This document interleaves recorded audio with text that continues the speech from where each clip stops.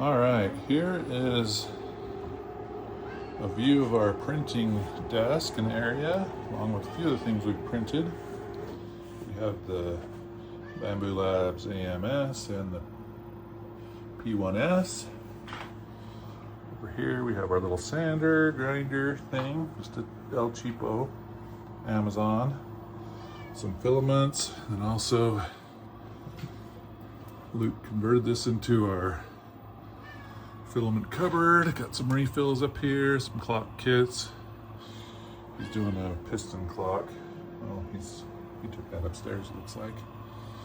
And then a few extra hardened steel nozzle and gears for when we decide we want to play with other filaments. And that's it.